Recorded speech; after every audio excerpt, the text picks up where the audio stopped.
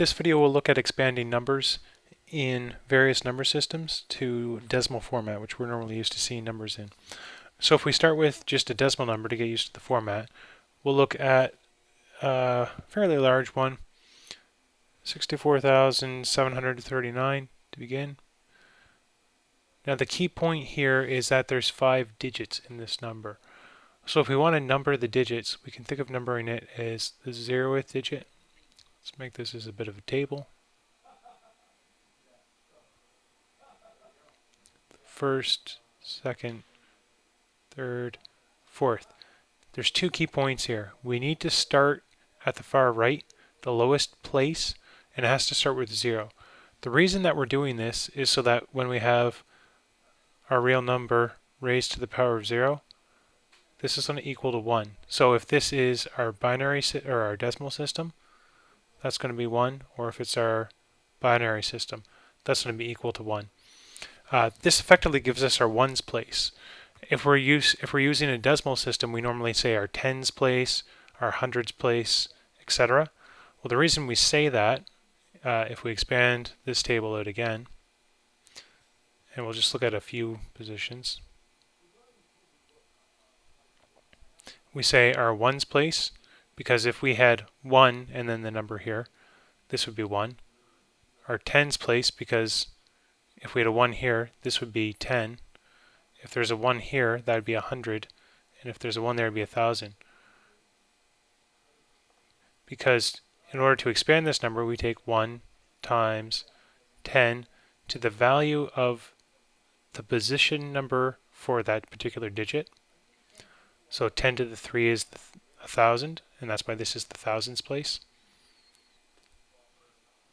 1 times 10 squared.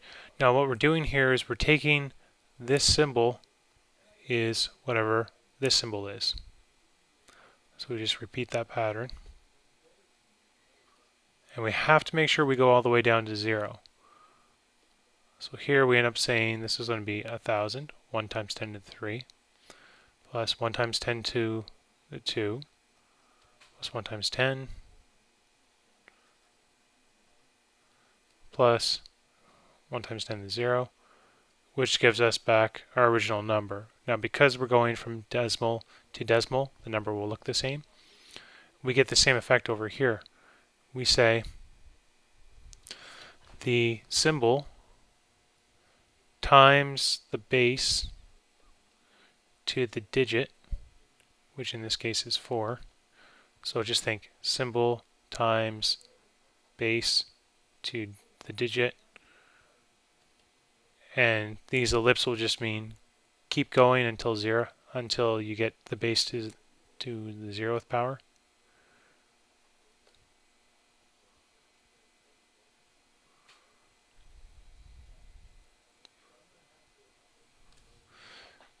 Plus 4, the symbol, times 10 to the 3, etc. 7 times 10 squared, 3 times 10, technically this is 10 to the 1, plus 9 times, I'm going to write 1, but 1 is just 10 to the 0, as we saw over here. So as a decimal number again, this would be 60,000.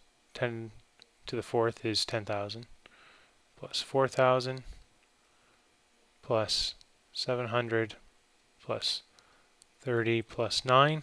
And if we combine those together, we get back our original number because we're converting from decimal to decimal.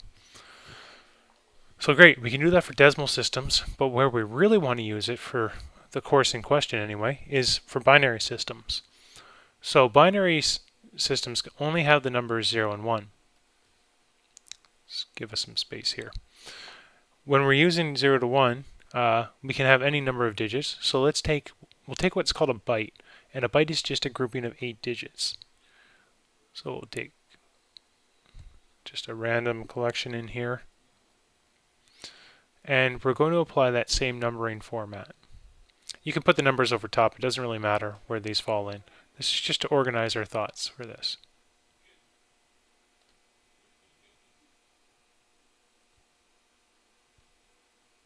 So same as with the decimal system, we have to start at the right and it has to start at 0 for the positions. And we just increase as we're going up. Now we can't say our ones, tens, hundreds, thousands, but what we do end up saying, or we can think of it like this, is our ones, twos, fours, eights, etc. And we can build it up like that. So here, the same process applies that we looked at back here. We're taking our symbol, so our first one is 1, times our base, and our base is 2 because binary is a base 2 system, and we raise that to the position place, or the digit place, 2 to the 7, plus, now I'll write the first one just to show that we're not skipping anything, the symbol, which is 0, times 2 to the, and we look at our position again, 6. Now this is just going to be 0, so I'll skip the remainder ones because it's not going to affect our final number. 1 times 2 to the 5th, and we get 2 to the 4, and the last one we have is 2 squared.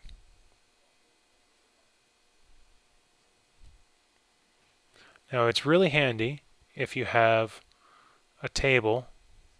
We'll look at the exponent and then the value for a few of your powers of 2. So if our exponent will start at 1 because 2 to the 0 is 1, our value is going to be 2. If it's that squared, we're just going to keep doubling. 3, the value is 8. 4, it's 16. 5, 32. A little hard to see there. 6 is 64. And I ran out of space. 7 would be 128 because we're just doubling this number again. So we can look here and say, well, 1 times a number is going to be the number itself. So 2 to the 7, as we just mentioned, is 128. Plus, we skip that because it's 0. 2 to the 5 is 32. 2 to the 4 is 16. And 2 squared is 4. And then all we have to do now is add up these numbers.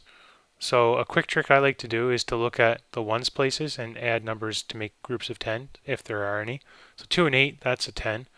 So if you add the 2 over here, that's 130. You have 30 left, so that's 160. Let's just write that down there to keep track. And then a 4 and a 6, that just happens in this example to be another group, and that's going to be 20. So this whole number works out to be 60 plus 20. It's going to be 180. So that is the binary representation for the decimal number of 180. You can take any symbols for binary in here that you want, which are 0 and 1, but any collection of those, and as long as you apply this format to it, you'll be able to get whatever your unsigned decimal representation is going to be. I say unsigned. If we want to do negative numbers, we have to use a signed format, but that would be the topic of another video. That concludes the demo for how to convert to a decimal format.